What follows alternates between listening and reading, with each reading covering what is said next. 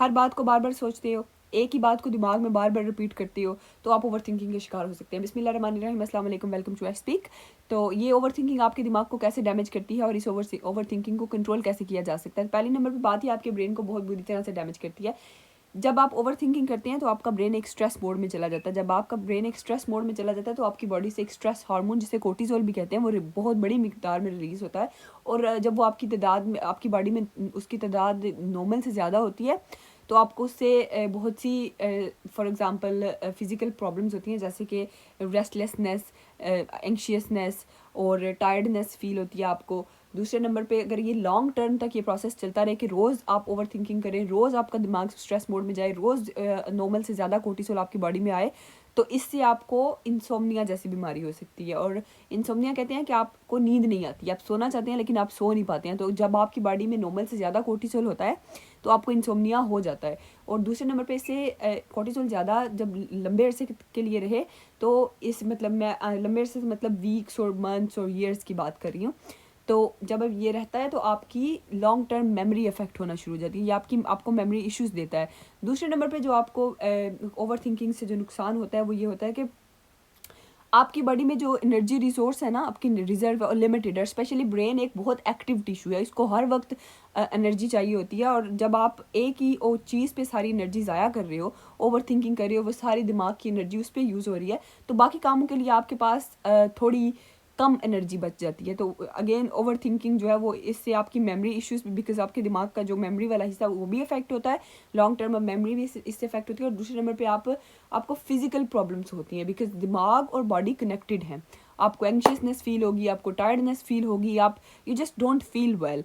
और तीसरे नंबर पे जो इससे ओवर थिंकिंग से आपको नुकसान होता है वो ये होता है कि बिकॉज आप हर वक्त ओवर थिंकिंग करते रहते हो और आपकी बॉडी में स्ट्रेस हार्मोन भी ज़्यादा हो जाती है, और आप बार बार एक ही सिग्नल दिमाग को भेजते रहते हो, तो दिमाग उसको प्रोसेस करता रहता है और आपके जो फिर डिप्रेशन और एंजाइटी में जाने के चांसेस हैं बढ़ जाते हैं। बिकॉज होता ये है कि एक छोटी से छोटी बात को भी बड़ी एक आप अपने दिमाग में बड़ा सा सिनेरियो क्रिएट कर लेते हो, तो उसकी वजह से आपके एंजाइटी और डिप्रेशन में जाने के चांसेस बढ़ जाते हैं। तो ये आपको ओवर थिंकिंग आपको एंजाइटी और डिप्रेशन की तरफ भी ले जाती है। चौथे नंबर पर बात यह है कि वो आपकी जो प्रॉब्लम सॉल्विंग कैपेसिटी है ना, जब आप किसी चीज़ का सोल्यूशन निकालना चाह रहे हो, किसी प्रॉब्लम को सॉल्व करना चाह रहे हो, वो कम हो जाती है। बिकॉज आप अपनी बॉडी के और दिमाग के जो बहुत सा बड़ा रिजर्व है उसको आप यूज़ कर रहे हैं ओवर थिंकिंग में, तो आपकी जो प्रॉब्लम सॉल्विंग कैपेसिटी है वो थोड़ी कम हो जाएगी। तो ओवर थिंकिंग को कंट्रोल कैसे किया जा सकता है? पहले तो बात है, अगर आपको टायर्डनेस फील होती है, एंशियसनेस फील होती है, रेस्टलेसनेस फील होती है और आप एक ही बात को बार बार सोचते हैं, तो आपको you need to realise first, आपको इस चीज़ को पहले अपनी ओवर थिंकिंग को डायग्नोज करना पड़ेगा कि आप ओवर थिंकिंग का शिकार हैं। और जब आपको ये पता चल जाए कि आप ओवर थिंकिंग का शिकार हैं, तो उसके बहुत से सोल्यूशन है। आप उसकी थेरेपी से हेल्प ले सकते हैं। थेरेपिस्ट जो है वो आपको डिफरेंट स्ट्रेटजीज और टेक्निक्स बताएंगे जिनको आप यूज़ कर सकते हैं। या फिर आप दूसरे नंबर पर, जो हम नॉर्मल एक बगैर थेरेपिस्ट के पास जाए भी, कुछ चीज़ें जो आप कर सकते हैं वो ये है कि अपने आप को बहुत ज़्यादा बिजी रखें, और बिजी इस तरह से रखें, वो ऐसे काम हो जिससे जो आपको पसंद हो, जो आपको पर्सनली पसंद हो। ना ये कि मैं फॉर एग्जांपल आपसे कहूँ कि आप अपने आप को बिजी रखना चाहते हैं और आप कुकिंग करना शुरू कर दें, आपको कुकिंग से नफरत है, तो वो आपको हेल्प नहीं करने वाली है। आप ऐसा काम करें, चाहे वो मतलब दूसरों की नज़र में कुछ भी नहीं है, लेकिन आपको वो पसंद है, तो आप वो काम करें जो आपको बिजी रखता है और आपको हैप्पी रखता है।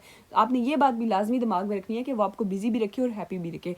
दूसरे नंबर पर बात है कि जब आप ओवर थिंकिंग का शिकार होते हैं ना, तो आप क्या करते हैं, आप समझते हैं कि आप लोगों से थोड़ा सा डिफरेंट है, लोग आपसे डिफरेंट है, जिसकी वजह से आप लोगों से घुलना मिलना छोड़ देते हैं। जब आप लोगों से ज़्यादा मिलते नहीं हैं तो आप सोशल आइसोलेशन का शिकार हो जाते हैं, और सोशल आइसोलेशन जो है ना, वो itself is a big risk factor for depression and anxiety. तो आपने लोगों से मिलना जुलना है, चाहे वो मतलब आपकी बहुत क्लोज फैमिली मेम्बर्स हैं या डायरेक्ट फैमिली मेम्बर्स हैं वो हो जाए, या आपके पुराने दोस्त हो जाएं, या आपके कोलीग्स हो जाएं, या आपके बच्चे हो जाएं, या कोई भी हो जाए, आपने सोशल आइसोलेशन का शिकार खुद को नहीं होने देना है, आपने उनसे मिलते रहना है। तीसरे नंबर पे यह है कि जो आपके इर्द गिर्द लोग होते हैं ना, जो हैप्पी लोग हैं, उनको ऑब्जर्व करें, उनको वो देखें कि वो बहुत ज़्यादा खुश रहते हैं, अल्लाह ताला का शुक्र अदा करें। जब अल्लाह ताला कहते हैं कि आप मेरा शुक्र अदा करें, मैं आपको और दूंगा, जब आप हर चीज़ में अल्लाह ताला का शुक्र अदा करेंगे, जब आप हैप्पी फील करते हैं, आप अल्लाह ताला का शुक्र अदा करें, तो इंशाल्लाह अल्लाह ताला का आपको और हैप्पी करेगा। और यही 3-4 चीज़ें हैं जो आप यूज़ कर सकते हैं। तो उम्मीद है आपको आज की वीडियो पसंद आएगी होगी। अगर आपने पूरी देखी है तो thank you so much. Please consider subscribing my channel for more videos like this. And if अगर आपको कोई ऐसी चीज़ जो आपने पास्ट में की हो जिसने आपको हेल्प किया हो, तो आप प्लीज़ कमेंट सेक्शन में बताइएगा। हम उस पर भी डिस्कस कर सकते हैं, उस पर भी बात कर सकते हैं। Thank you so much for watching. अल्लाह हाफिज़।